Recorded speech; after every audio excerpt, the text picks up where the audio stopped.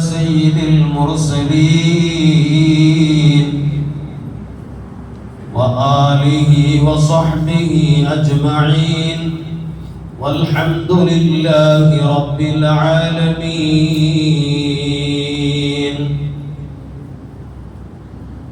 أعوذ بالله من الشيطان الرجيم.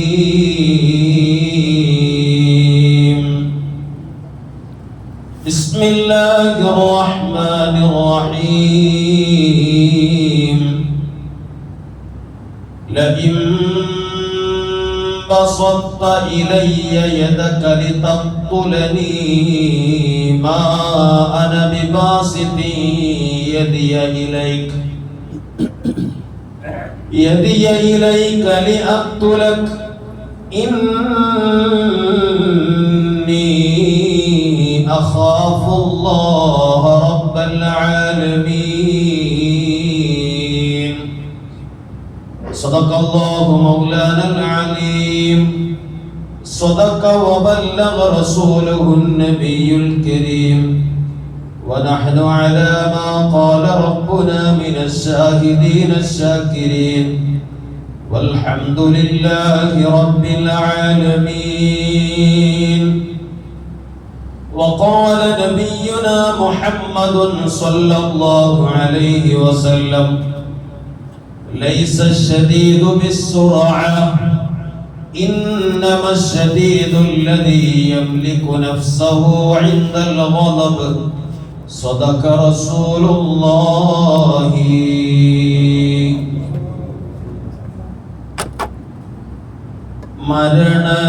മരണമെന്ന ശരണക്കേട് തരണം ചെയ്യും നാളിലെ മന്നവാനിൻ റസൂലുള്ളാന്റെ കാവലേക്ക് റബ്ബനാ ലാ ഇലാഹ ഇല്ലല്ലാഹു ലാ ഇലാഹ ഇല്ലല്ലാഹു ലാ ഇലാഹ ഇല്ലല്ലാഹു മുഹമ്മദുർ റസൂലുള്ളാഹ്.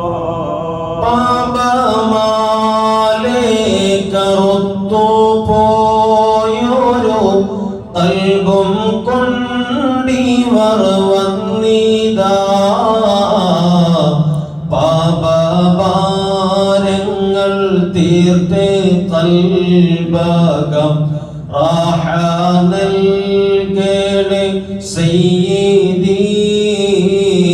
ലാ ഇലാഹ ഇല്ലല്ലാഹു ലാ ഇലാഹ ഇല്ലല്ലാഹു ലാ ഇലാഹ ഇല്ലല്ലാഹു മുഹമ്മദുർ റസൂലുള്ളാഹ്. ഇടുക്കമേറും ഖബറിനുള്ളിൽ അടക്കി മൂടും നാളിലെ ഉടയവാനിൻ റസൂലുള്ളാന്റെ കാവലേക്ക് റബ്ബനാ ലാ ഇലാഹ ഇല്ലല്ലാഹു ലാ ഇലാഹ ഇല്ലല്ലാഹു ലാ ഇലാഹ ഇല്ലല്ലാഹു മുഹമ്മദുർ റസൂലുള്ളാഹ്. വഅലമു യാ ഉമ്മത്ത് മുഹമ്മദ്.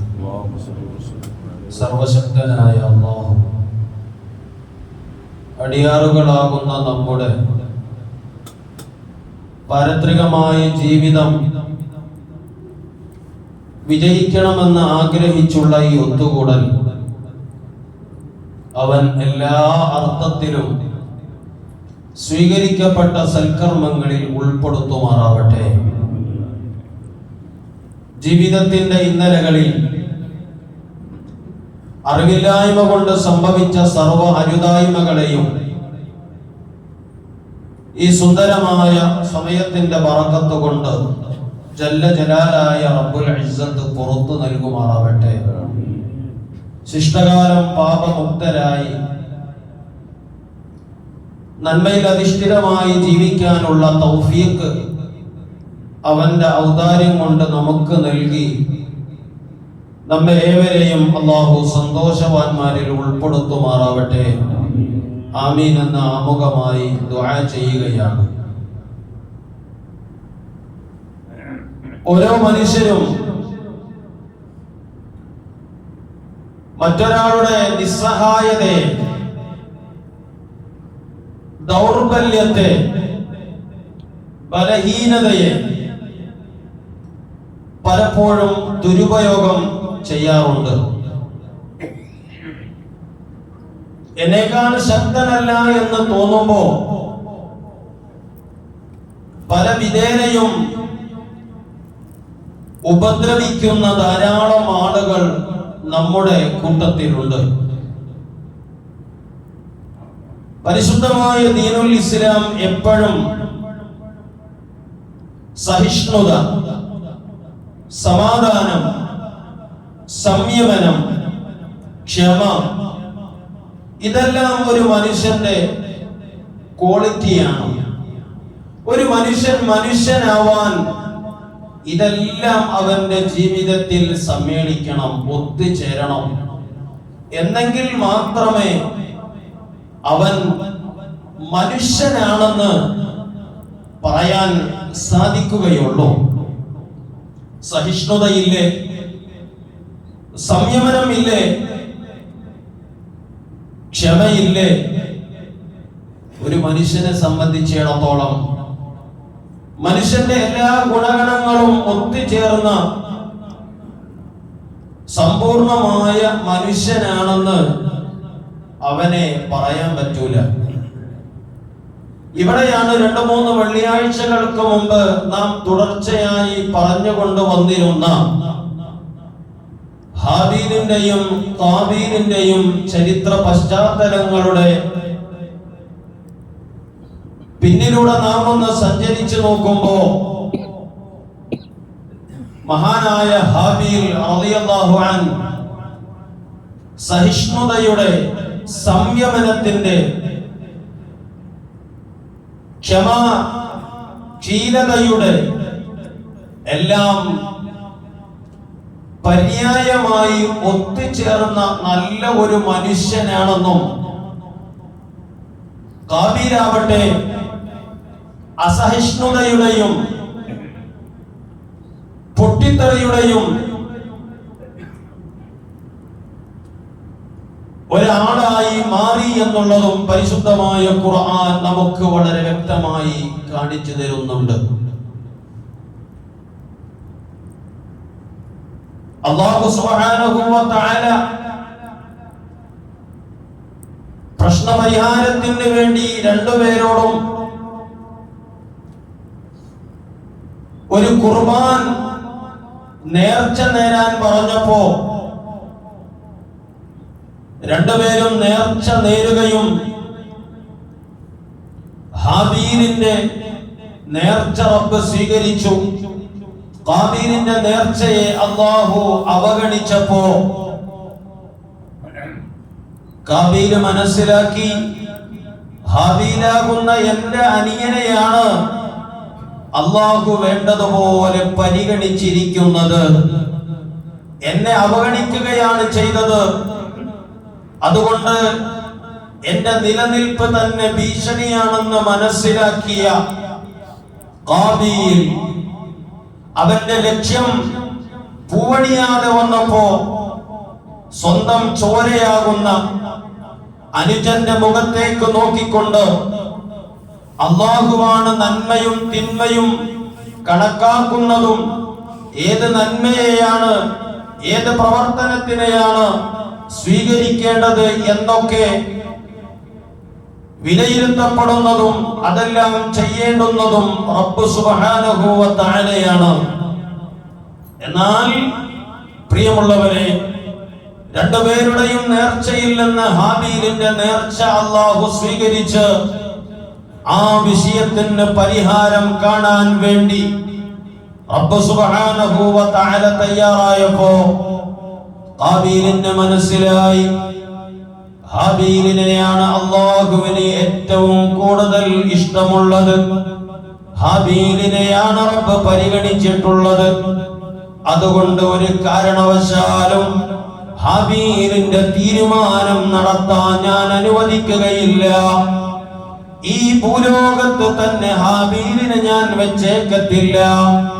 സ്വന്തം അനുജന്റെ മുഖത്ത് നോക്കി കാബീലാകുന്ന ജ്യേഷ്ഠൻ പറയുന്നു, ഞാൻ നിന്നെ കൊല്ലും, ഞാൻ നിന്നെ വകവരുത്തും, ഈ ഭൗതികമായ ലോകത്ത് നിന്ന് നിന്നെ തുടച്ചു നീക്കുമെന്ന് സ്വന്തം ജ്യേഷ്ഠൻ വാപ്പയുടെ സ്ഥാനത്ത് നിൽക്കുന്ന, വാപ്പയില്ലാത്ത സമയത്ത് വാപ്പയുടെ റോള് സ്വീകരിക്കേണ്ടി വരുന്ന സ്വന്തം ജ്യേഷ്ഠൻ, സ്വന്തം അനുജനാകുന്ന വാപ്പ എന്ന് വിളിക്കേണ്ടുന്ന അനുജൻ സ്വന്തം മകന്റെ സ്ഥാനത്ത് നിൽക്കുന്ന മകന്റെ മുഖത്ത് നോക്കി നിന്നെ ഞാൻ കൊല്ലുമെന്ന് ഒരു ദാക്ഷിണ്യവുമില്ലാതെ, ദയയുമില്ലാതെ, സ്നേഹമില്ലാതെ സ്വന്തം ചേട്ടൻ അനുജന്റെ മുഖത്ത് നോക്കി പറയുമ്പോ അല്ലാഹു പറയുന്നു, ഇന്നമാ യതകബ്ബറുല്ലാഹു മിനൽ മുത്തഖീൻ. ഏതൊരു സൽക്കർമ്മവും സ്വീകരിക്കണമെങ്കിൽ ഹൃദയാന്തരങ്ങളിൽ തഖ്വ വേണം, അല്ലാഹുവിനെ കുറിച്ചുള്ള ഭയം വേണം, അല്ലാഹുവിനെ കുറിച്ചുള്ള അറിവ് വേണം, ബോധം വേണം.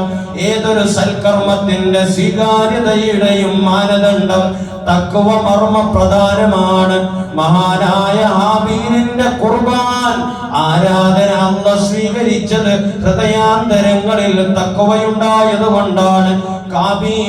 ഹാബീലിനോട് പറയുന്നു, നിന്നെ ഞാൻ കൊല്ലുമെന്ന് പറഞ്ഞപ്പോ സുബ്ഹാനല്ലാഹ്, പ്രിയമുള്ളവരെ, എന്റെയും നിങ്ങളുടെയും ജീവിതത്തിൽ ആ ഒരു സംഭവം ഒന്ന് കടന്നു വന്നാൽ സ്വന്തം ചേട്ടൻ അനുജനോട് പറയുന്നു, നിന്നെ ഞാൻ വേണ്ടതുപോലെ വകവരുത്തും, എന്റെ കാര്യങ്ങൾ നീ കാരണമായി വലിയ പ്രതിസന്ധിയിലാണ്, വലിയ പ്രശ്നത്തിലാണ്, നീ ഒരൊറ്റ കാരണം കൊണ്ടാണ് എന്റെ കാര്യങ്ങളൊന്നും നടക്കാത്തത് എന്ന് ജ്യേഷ്ഠൻ അനുജനോട് പറയുമ്പോ അല്ലേ, നമ്മളോട് നമ്മളെ ജ്യേഷ്ഠൻ പറയണം, നീ ഒന്ന് നടക്കുന്നു കാണണം, സമയം കിട്ടുമ്പോ നിന്നെ ഞാൻ കൈകാര്യം ചെയ്തോളാന്ന് ഇപ്പത്തെ കാലഘട്ടത്തിൽ അനുജനോട് ജ്യേഷ്ഠൻ പറഞ്ഞ അനുജൻ പറയും, ഞാനും അതെന്നെ നോക്കിയിട്ടായിരിക്കണത്, ധൈര്യം ഉണ്ടെങ്കിലും ഒന്ന് പട്ടാപകല് ആണുങ്ങളെ പോലും കൂടെ സ്വന്തം അനുജൻ ജ്യേഷ്ഠനോട് പറയും, ധൈര്യം ഉണ്ടെങ്കിൽ ഇങ്ങോട്ട് വാടാ, ഒന്ന് കാണണം. അല്ലേ, നമ്മളുടെ മനോവികാരങ്ങൾ അങ്ങനെയാണ്. സ്വന്തം ജ്യേഷ്ഠൻ അനുജനോട് പറയുകയാണെങ്കിലും അനുജൻ ജ്യേഷ്ഠനെ വെല്ലുവിളിക്കുകയാണെങ്കിലും രണ്ടുപേരും കുറഞ്ഞു കൊടുക്കാൻ തയ്യാറാവൂല. ഏതെങ്കിലും ഒരാള് സംയമനം പാലിച്ചുകൊണ്ട് ക്ഷമാശീലനായിട്ട് എന്റെ ജ്യേഷ്ഠനാ പറയുന്നത്, അതുകൊണ്ട് ഞാൻ ക്ഷമിച്ചു കഴിഞ്ഞാൽ ഒരുപക്ഷെ ഭൗതികമായ വലിയ നഷ്ടങ്ങൾ സംഭവിച്ചാലും നാലാളുടെ മുന്നിൽ കുടുംബത്തെ പറയിപ്പിക്കാതെ ഈ ലോകത്ത് നിന്ന് അങ്ങോട്ട് കടന്നു പോകാം എന്ന് ആര് മനസ്സിലാക്കും? നല്ല സംയമനവും നല്ല ശീലനും ക്ഷമയൊക്കെ ഉൾക്കൊണ്ടുകൊണ്ട് ജീവിക്കുന്നയാളാണെങ്കിൽ ആ രൂപത്തിലാണ് ചിന്തിക്കുക. അതേസമയം സുബ്ഹാനല്ലാഹ്, ക്ഷമയൊന്നുമില്ലാത്ത, സഹിഷ്ണുത തൊട്ട് തീണ്ടാത്ത അനുജനും ജ്യേഷ്ഠനുമാണെങ്കിൽ ആ കുടുംബത്തിൽ വലിയ പൊട്ടിത്തെറിയും പ്രശ്നങ്ങളുമാണ് ഉടലെടുക്കുക. പ്രിയമുള്ളവരെ, മഹാനായ ഹാബീല് പറയുന്നു, ലഇം ബസത്ത ഇലയ്യ യദക ലിതഖ്തുലനി, നിങ്ങൾ എന്നെ കൊല്ലാൻ വേണ്ടി കാക്കാ നിങ്ങൾ എന്നിലേക്ക് കടാര നീട്ടിയാലും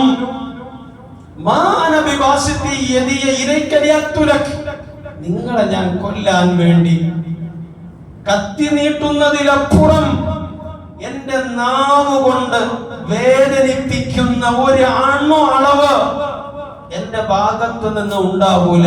ആരാ പറയുന്നത്? അനുജൻ ജ്യേഷ്ഠനോട് പറയാണ്, കാക്ക നിങ്ങൾ എന്നെ ഏത് രൂപത്തിൽ നിങ്ങളിപ്പോ എന്നെ ഉപദ്രവിക്കുന്നത് നമ്മളുടെ രണ്ടുപേരുടെയും നേർച്ചകളിൽ നിന്ന് എന്റെ വഴിപാടാകുന്ന നേർച്ചയെ അള്ളാഹു സ്വീകരിച്ചത് കൊണ്ടാണല്ലോ നിങ്ങൾ എന്നെ കൊല്ലാൻ തയ്യാറായത്. അതുകൊണ്ട് നിങ്ങൾ എന്നെ കൊല്ലുകയാണെന്ന് വെക്കുക. പക്ഷേ ലഇം ബസത്ത ഇലയ്യ യദക ലിതഖ്തുലനി മാ അന ബിബാസിതി യദിയ ഇലൈക ലിഅഖ്തുലക. നിങ്ങൾ എന്നെ കൊല്ലാൻ തീരുമാനിച്ചാലും കത്തിയാവട്ടെ കടാരയാവട്ടെ ഏത് ആയുധം കൊണ്ട് നിങ്ങൾ എന്നെ കൊല്ലാൻ ശ്രമിച്ചാലും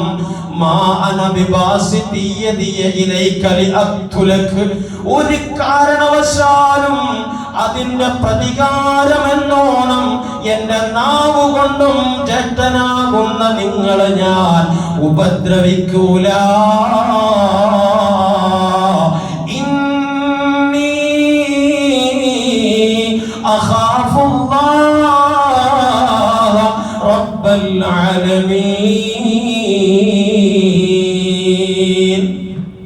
പറഞ്ഞത് ഇന്നി അഖാഫുല്ലാഹ റബ്ബൽ ആലമീൻ. ഞാൻ നിങ്ങളോട് പ്രതികരിക്കാത്തത് എന്താണെന്നറിയോ? എനിക്ക് മസിൽ പവർ ഇല്ലാത്തത് കൊണ്ടല്ല, എനിക്ക് കഴിവില്ലാത്തത് കൊണ്ടല്ല, ഞാൻ ദുർബലനാണ് എന്ന് നിങ്ങൾ മനസ്സിലാക്കിയിട്ടുണ്ടെങ്കിൽ അത് നിങ്ങളുടെ തെറ്റിദ്ധാരണയാണ്. ഞാൻ നിസ്സഹായനാണ് എന്ന് നിങ്ങൾ മനസ്സിലാക്കിയിട്ടുണ്ടെങ്കിൽ അതും നിങ്ങളുടെ തെറ്റിദ്ധാരണയാണ്. ഞാൻ പ്രതികരിക്കാത്തത്, നിങ്ങൾ പറഞ്ഞ അതേ നാണയത്തിൽ ഞാൻ തിരിച്ചടിക്കാത്തത് ഇന്നി അഖാഫുല്ലാഹ റബ്ബൽ ആലമീൻ. ജല്ല ജലാലായ ലോകത്തെ അടക്കി ഭരിക്കുന്ന സർവചരാചരങ്ങളെയും നിയന്ത്രിക്കുന്ന റബ്ബുണ്ടല്ലോ, ആ റബ്ബിനെ കുറിച്ചുള്ള ഭയം എന്റെ ഹൃദയാന്തരങ്ങളിൽ ഉള്ളോടത്തോളം കാലം ഇക്കയാകുന്ന അങ്ങയെ ഞാൻ മനസ്സുകൊണ്ടടക്കം നോവിക്കൂല. ഹാബീൽ അവിടെ പൊട്ടിത്തെറി സംഭവിച്ചിരുന്നു, വലിയ വിപ്ലവം സംഭവിച്ചിരുന്നു, വലിയ പ്രശ്നങ്ങൾ ഉടലെടുത്തിരുന്നു. ഹാബീൽ എന്ത് ചെയ്തു? സംയമനം പാലിച്ചു. അസ്സബ്റു നിസ്ഫുൽ ഈമാൻ. ക്ഷമ ഈമാനിന്റെ പകുതിയാണ്. എവിടെയും നമ്മൾ ക്ഷമിക്കുമ്പോ ആര് എങ്ങനെ എന്ത് പറഞ്ഞാലും പ്രതികരിക്കാതെ ക്ഷമയോടുകൂടെ ആ വിഷയത്തെ അഭിമുഖീകരിക്കുമ്പോ പ്രിയമുള്ളവരെ, നമുക്ക് അതുകൊണ്ടുണ്ടാകുന്ന നേട്ടം പറഞ്ഞറിയിക്കാൻ പറ്റാത്തതാണ്. ഇന്നും ദുഷ്ടന്മാരുടെ നേതാവായിട്ട് ആരറിയപ്പെടുന്നു? അക്രമകാരികളുടെ നേതാവായിട്ട് ആരറിയപ്പെടുന്നു? കാബീലിന് അറിയപ്പെടുന്നു. ഇന്ന് ഭൗതികമായ ലോകത്ത് ഒരു കൊല നടന്നു കഴിഞ്ഞാൽ അതിന്റെ ഒരു അംശം തിന്മയുടെ അളവ് ആർക്ക് കൂടുന്നു? കാബീലിന് കൂടുന്നു. അതേസമയം ക്ഷമിച്ചുകൊണ്ട് ഒരു വാക്കുകൊണ്ടെങ്കിലും അതിനെ പ്രതിരോധിക്കാതെ ക്ഷമിച്ച് അതിൽ നിന്ന് പിന്തിരിഞ്ഞയാളാകുമ്പോൾ ആ നന്മക്ക് നേതൃത്വം നൽകിയ ഹാബീലിന് സംയമനം പാലിച്ച് ക്ഷമാശീലനായി ആ വിഷയത്തിൽ നിന്ന് പ്രശ്നമുണ്ടാക്കാതെ ക്ഷമയോടുകൂടെ മാറി നിന്നവൻ ആ ഒരു മനസ്സിലേക്ക് വന്നപ്പോൾ അതിന്റെ പ്രതിഫലം ആർക്കും കിട്ടുന്നു? ഹാബീലിനും കിട്ടുന്നു. ഹാബീൽ കൊല്ലാൻ തീരുമാനിച്ചപ്പോ ഭൗതികമായ ലോകത്ത് ആദ്യമായ കൊലയാണല്ലോ നടക്കുന്നത്. എങ്ങനെയാണ് കൊല നടത്തുക എന്നറിയൂല.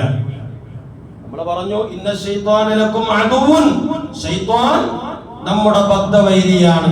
എവിടെയും തിന്മ നടക്കുന്നുണ്ടോ, തിന്മ നടക്കുന്നില്ലേ, അവിടെ തിന്മയുണ്ടാക്കാൻ കെണിഞ്ഞ് പരിശ്രമിക്കുന്നവനാണ് ഇബ്ലീസ്. അപ്പൊ കാബീലിന് എങ്ങനെയാണ് ഹാബീലിനെ കൊല്ലാന്നറിയൂല. അവിടെ ഹാബീലിനെ കൊല്ലാൻ വകവരുത്താൻ വേണ്ടി എല്ലാവിധ ക്ലാസും എടുത്തു കൊടുക്കുന്നതാരാ? ഇബ്ലീസ് ലഅനത്തുല്ലാഹി അലൈഹി.